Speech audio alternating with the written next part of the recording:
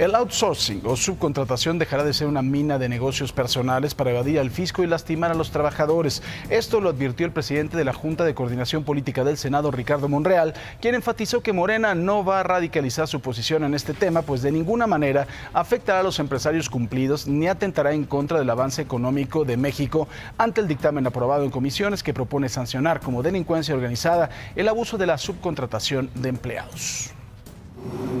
No se va a afectar el empleo, pero sí se tiene que regular y se tiene que evitar el abuso del uso de la subcontratación outsourcing que ha ocurrido ahora. No hay duda que habrá quienes estén cumpliendo con la ley, que subcontrates, pero también hay quienes han abusado y han hecho esta figura jurídica del outsourcing en una mina de negocios particulares, personales, evadiendo al fisco y lastimando al trabajador. Y bueno, dos temas que están en el debate público, por supuesto, la subcontratación a través del outsourcing y también la probable eliminación de los fines de semana largos. Y le doy la bienvenida, por supuesto, a Alejandro Armenta, senador de Morena. ¿Cómo estás, Ale? Bienvenido. Gracias, Paco. Miguel Mancera, coordinador de los senadores del PRD. Miguel, bienvenido. Muchas también. gracias, Paco. Y Damián Cepeda, senador del Partido Acción Nacional. Damián, bienvenido. Qué gusto. Un saludo a todos. Oye, no sé si es mi percepción, mi querido Alejandro, o dentro de Morena, de la fracción parlamentaria en el Senado, hay dos puntos de vista totalmente distintos. El que podría tener Ricardo Monreal y el del senador Napoleón Gómez Urrutia, ¿o me estoy equivocando? Hay un punto de coincidencia. Respeto a los derechos laborales es el punto de partida, pero claro, entendemos que vivimos una economía de mercado. Hay que revisar con claridad hasta dónde el outsourcing es un instrumento. Sí, solo sí, no se utiliza para el saqueo como sucedió con los fideicomisos públicos, con las obras con sobrecosto, y que el outsourcing fue un instrumento que sirvió para ello. Tenemos que buscar un punto de coincidencia. Yo he escuchado al coordinador del senador Ricardo Monreal con el senador Napoleón Gómez Urrutia estar construyendo en torno a ello. ¿Tú qué opinas, Miguel, de esto? Pues mira, el outsourcing lo tenemos en el Senado. Entonces tenemos a las personas que hacen la limpieza en el Senado y que realizan tareas de mantenimiento. Es outsourcing. Entonces, me parece que lo que es claro es que hay un outsourcing que se cataloga como legal y otro que se utiliza para la evasión fiscal, para hacer parecer lo que no es en diferentes empresas. Entonces, lo que nosotros hemos acompañado es que se regule si le va a ser de beneficio para la clase trabajadora y obviamente que se ponga un dique en lo que puede ser la ilegalidad. Yo creo que sí está bien que se pueda ir a una regulación mucho más específica, pero hay que tener cuidado con las consecuencias si se aprieta demasiado, porque sí puede ser una consecuencia económica muy, muy severa para el sector. ¿Debe de ser una delincuencia organizada el outsourcing? Sin duda no, es de los temas peligrosos del dictamen. Yo te diría lo siguiente, a ver, los empleos los generan los empresarios, no el gobierno. Esa es una concepción equivocada de que el gobierno resuelve la generación de empleos en un país. Y hoy estamos en un México donde está estancada la economía, no se están generando empleos. Generaron menos de 300,000 comparados con el año previo. Esta industria de subcontratación que existe en el mundo genera, según la Secretaría del Trabajo, 5 millones de empleos al año, ¿no? Son 5 millones de personas que están en ello, y según otros datos hasta 8. Y sí, hay un problema en un pedazo en donde claramente han abusado. Yo fui parte, digamos, en la legislatura del 2012 al 2015, en donde se reguló la subcontratación. Con esas herramientas, si las aplican bien, deberían de poder castigar al ilegal. Ahora, si hay que mejorar para castigar al ilegal, yo digo, vamos. O sea, es un tema que debería salir por unanimidad. En el fondo no hay conflicto. Aquí nadie quiere defender a quien lo hace ilegal.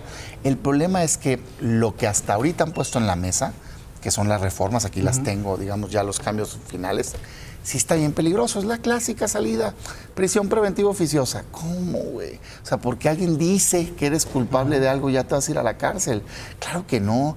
Una serie de incentivos perversos para que alguien te pueda estar chantajeando. En fin, cuando, oye, regúlalo sí, pero no entorpezcas al grado que no se puede hacer una labor secundaria, que es lo que debe ser la subcontratación. Claro, pero ahora sí hubo un abuso impresionante. Sin duda. ¿No? O sea, y a esos, mételos a la cárcel. pero no inhibas una subcontratación legal que existe en el mundo. O sea, tú te dedicas, eres una empresa, te dedicas al corazón de tu tema y subcontratas algo secundario, algo que no es directamente relacionado con ello. Eso lo debes de poder hacer sin estar amenazado, pues nadie lo va a hacer. Si te pueden mandar a prisión preventiva oficiosa, nadie va a subcontratar. Y entonces una industria de 5 millones a 8 millones de personas, pues está en riesgo, ¿no? ¿Desincentiva entonces, Alejandro, a la propia industria esta reforma? No es así. El país vivió una etapa de absoluta complicidad, de saqueo, de robo institucional. El principal delincuente de cuello blanco era el gobierno, que robaba, que saqueaba el presupuesto, que robaba los hidrocarburos y que evadía impuestos. Era el gobierno. El gobierno institucionalizó desde el Senado, la Cámara de Diputados, el Poder Judicial, el Poder Legislativo. Hay que regularlo. El tema central es, vamos al Parlamento abierto. Así lo acordamos con el presidente de la República, porque para nosotros sí es importante estar en coordinación con el presidente en un marco de la autonomía que tiene el Senado. Ya lo planteamos así, coincido con el senador Mancera y con el senador Damián. Hay muchos puntos de coincidencia y también hemos logrado en el grupo parlamentario, donde hay una diversidad de opiniones y se escucha a todos, repito, tanto el senador Monreal como Gómez Urrutia han construido un punto de acuerdo que nos va a permitir llegar al Parlamento abierto a tener una gran propuesta que primero beneficia a los trabajadores y que fortalezca la economía. No es cierto que Morena esté en contra de los empresarios, por el contrario, nosotros también entendemos que en nuestro país no se puede lograr el desarrollo si no existen empresarios socialmente comprometidos, no delincuentes que se hicieron políticos o políticos que se hicieron delincuentes, se disfrazaron de empresarios, crearon empresas fantasmas y saquearon al país. Es una diferencia. Yo creo que aquí hay que ver que si se deja la reforma como está planteada, la principal área de afectación va a ser la de las pymes. Porque las empresas que menos tengan una capacidad de reorganización o de replanteamiento en sus propios esquemas de contratación, lo que van a hacer es un poco lo que planteaba Damián, pues ahí muere. Mejor esto no lo utilices y adiós, y a despedir personas. ¿Es necesario el outsourcing? Sí es necesario. Se utiliza, como ya se dijo, aquí en todo el mundo. Y es algo en donde si tú tienes una actividad principal y de repente requieres una accesoria, acudes al outsourcing. Acudes a donde está esa base trabajadora que no forma parte de tu principal negocio. Entonces, lo que hay que buscar es esto, el Parlamento abierto, que bien dice el senador Armenta, que me parece que ese es un punto de avance importante. Lo que se platicó con el senador Monreal en la Junta de Coordinación Política en su momento es, no se apruebe así, porque lo pudieron haber hecho, claro, porque eran reformas a ley secundaria y lo pudo haber pasado Morena y lo pudo haber venido la instrucción de que se pasara. Me parece que fue un buen punto que se haya frenado. Y ya he dicho, vamos a discutirlo y vamos a analizarlo con más cuidado. Ahora, hay muchos grupos de interés y personas en particular que le están metiendo un dineral a este asunto para que no salga, ni siquiera se le toque. O sea, hay gente que en la realidad está atacando a algunos senadores, está atacando ciertas cosas con tal de que no salga. Yo no he sentido eso, digamos, negativa, no. Que sí he visto abiertamente Coparmex, el CCE, y eso es legítimo, diciendo, oigan, nos preocupa. Curiosamente yo no he escuchado a nadie decir no se regule. O sea, creo que nadie estamos en el no. Todo el mundo ha dicho, oye, sí, hay un abuso, ese hay que atacar. Pero no puedes castigar a justos por pecadores, pues, ¿no? Entonces, a ver, yo siento que está muy fácil. Si verdaderamente hay apertura, es un buen paso lo de Parlamento abierto. Hay que escuchar las preocupaciones. Oye, es que no puede estar relacionado con nadie en la empresa. Espérate, ¿por qué? Porque es que voy a presumir que tú estás mal. ¿Por qué vas a presumir que estoy mal? Mejor fiscaliza. Es que quiero mandarte a prisión preventiva. De entrada es inconstitucional. Reforma el 19 constitucional. Si no, no me lo puedes esconder por la puerta trasera. En fin, y creo que si se hacen esos debates, se pone en la mesa, a ver, el que está generando los empleos, el del gobierno preocupado por atacar esa, digamos, evasión, que no se le estén pagando utilidades, eso está mal a los trabajadores, que no les den bien el seguro social, que no se paguen impuestos. Oye, Ahí nadie va a decir que no, pero cuidado con cruzar e inhibir. Como está, a mí me parece una revisión ya muy puntual que tiene áreas de riesgo graves y qué bueno que no se aprobó. Me parece, por lo que escucho aquí, que hay voluntad y yo creo que entonces vamos a sacar un buen paquete. Ahora, vamos a hablar de los puentes, de los fines de semana largos, de los puentes que están en la Ley Federal del Trabajo. El año pasado, 2019, con 3 puentes largos, se recaudaron una derrama económica de 10.840 y tantos millones de pesos, que bueno, es muy importante para el turismo interno. Por el otro lado, también coincido con el presidente, sí, les vale a los niños, la verdad, los días festivos, no tienen ni la menor idea de qué es la Constitución de 1917, estoy de acuerdo. Pero, pues, ¿cómo equilibrar esto? Es un debate que es complejo, pero que para nosotros, digo, y esto quiero decirlo, no lo puedo mencionar como representante del grupo parlamentario, porque nosotros apenas vamos a iniciar la discusión. Seguramente en un rato más este será un tema de análisis en el grupo parlamentario. Sí estamos a favor de fortalecer, desde luego, la industria turística. Sí estamos a favor de que los ciudadanos tengan espacios, tiempo. México es uno de los países con que las familias tienen menos tiempo para la convivencia. Sí, estamos a favor de la unidad familiar, de las familias. Pero también necesitamos poner en el centro de las atenciones en la formación educativa los valores cívicos, recuperar la dignidad moral, los antecedentes históricos. O sea, ahí hay un punto muy importante de coincidencia con el presidente. Tenemos que dialogarlo al interior del grupo. Lo vamos a dialogar con el presidente seguramente. Esa es una labor que tiene permanentemente el senador Monreal. Y yo te diría que tenemos que buscar un punto de coincidencia. Está complicado. Mira, yo lo que veo es que hay una reacción. El gobierno ya se dio cuenta que no es la vía solamente eliminar los puentes largos. Sabemos que ya el jefe de oficina de la presidencia está buscando tener reuniones con los empresarios. Solamente la derrama económica de este pasado puente, estamos hablando del 1 al 3 de febrero, por ejemplo en Acapulco, pues fueron cerca de 500 millones nada más, en una ocupación hotelera que casi llegó al 90%. Mismo caso Michoacán. Si te vas a un ejemplo pequeñito de Colima, lo mismo, también la derrama económica es muy importante. Entonces, si de tajo se termina esto con una tarea que a mí me parece que es más de la Secretaría de Educación, o sea, se deben de reforzar. Yo estoy de acuerdo con lo que se dijo aquí por el senador Armenta, que se haga un reforzamiento a las tareas de la justicia cívica, del conocimiento de la historia. Eso es lo que estamos planteando en una nueva forma de la reforma, en el planteamiento de reforma educativa. Entonces yo creo que ahí hay que reforzar sin afectar lo que ya se ha ganado en lo que sería terrible, 10,000 millones en juego. Porque no solo son los hoteleros, ni los empresarios, ni los restauranteros, sino los meseros, los garroteros, los taxistas, mucha gente, ¿no? La industria del turismo hoy mismo está en algunos medios.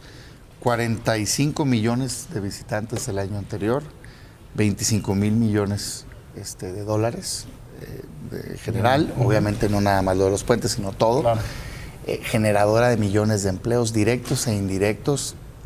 Pues es una ocurrencia, hombre, o sea, es un gobierno de ocurrencias y creo yo que una habilidad mediática que tiene el presidente de distraer, ¿no? Entonces ahí todo el mundo anda con el avión, todo el mundo anda con los puentes, cuando el país esté incendiado en términos de violencia, cuando no hay generación de empleos. Pero bueno, ni modo, hay que abordar el tema. Yo, como dice el doctor, creo que eso no va a pasar. O sea, ya hoy está las declaraciones de su propio gobierno diciendo, bueno, vamos a hacer un comité para ver qué otros puentes nos inventamos. Vamos a quitar esos que dice el presidente, pero vamos a inventar otros.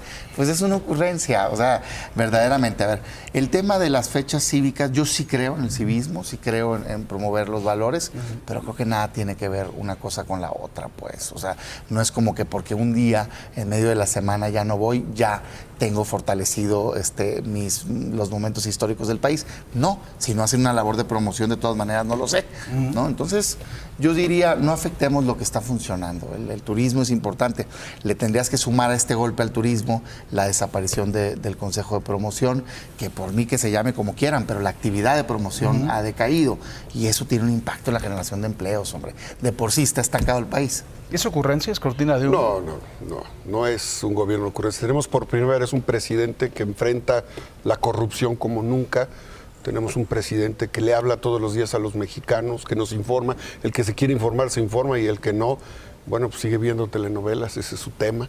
Pero ocurrencias son la Estela de la Luz, que primero compraron las placas, estas con las que lo construyeron en Brasil o en Argentina, después las embarcaron a Europa porque no había quien cortara. Yo les hubiera prestado un par de cortadores en Tecali y en Puebla, que son muy buenos, y les hubiéramos conseguido las lajas incluso regaladas, donadas, y hoy estamos pagando 1.500 millones de pesos. Ocurrencias son esa barda para la refinería invisible que Calderón soñó, que prometió 3 y que no construyó ni una sola, que por cierto, la barda inició el costo en 120 millones de pesos, perdón, y estamos pagando 9,000 millones de pesos.